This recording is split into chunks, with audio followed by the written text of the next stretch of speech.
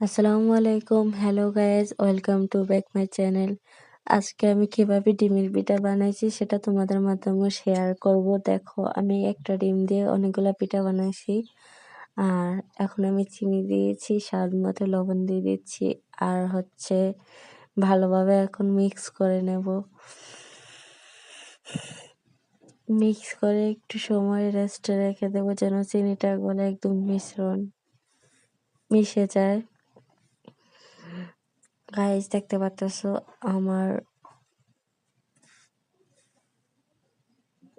চিনিগুলো একদম মিক্স হয়ে যাচ্ছে।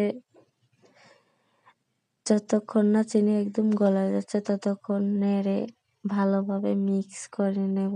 এখন আমার একদম রেডি ডো করার জন্য।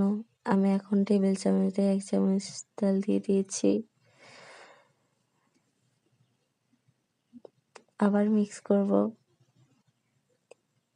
এই আমার চামচটা পড়ে গেছে।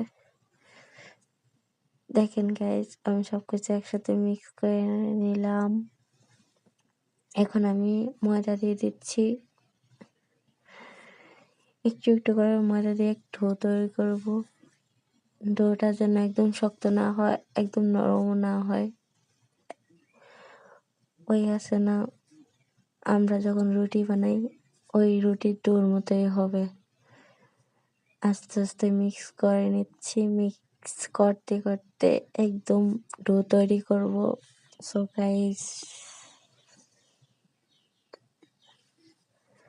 তোমরা দেখবা আজকে একটা ডিম দিয়ে কতগুলো পিঠা বানাই আমি। আবার ময়দা দিয়ে দিচ্ছি।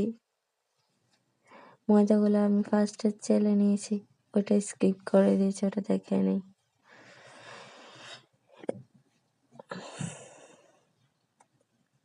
গাইস, দেখো আমার ডো তৈরি করা পাল্লা। এখন আমি ডো রেডি করে নিয়েছি। আর ময়দার ডোটা এক পাশে রেখে দিয়েছি। আর রুটির শেপ নিয়ে নিয়েছি। রুটির শেপে বেলে নেব। গাইস, আমার রুটি বলা দেখে কেউ হাসবা না।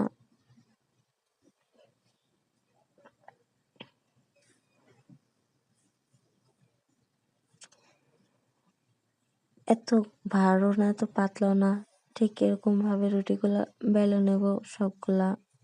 তারপর আমি পাতার শেপ দিয়ে ডিজাইন করব।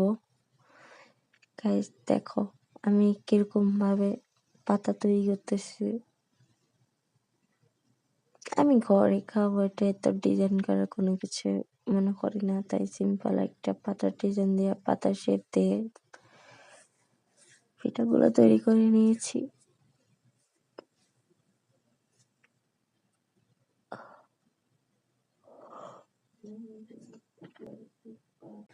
গাইস দেখেন, আমি পাতার শেপ দিয়ে ডিমের পিঠাগুলো ডিজাইন করে নিয়েছি। মাশাআল্লাহ, অনেক সুন্দর হয়েছে। কেমন হয়েছে কমেন্ট করে জানাবেন প্লিজ। আমি জাস্ট এমনি নর্মাল বানিয়েছি, আপনাদের কেমন লাগছে জানাবেন। আর একটা ডিম দিয়ে দেখেন গাইজ অনেকগুলো পিঠা হয়ে গেছে। গাইজ আরো অনেকগুলো হয়েছে, বাট আমি কিছুটা দেখাইছি আপনাদেরকে। আর দেখে নেন কিভাবে পাতার ডিজাইনটা দিচ্ছি।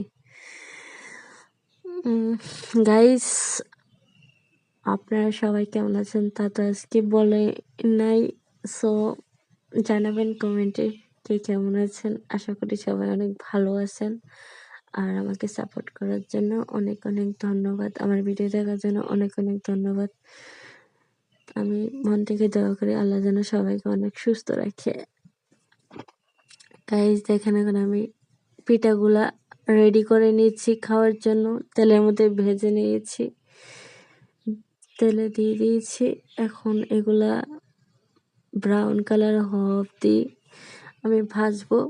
হালকা আছে যেন পিঠাগুলা না পড়ে যায়।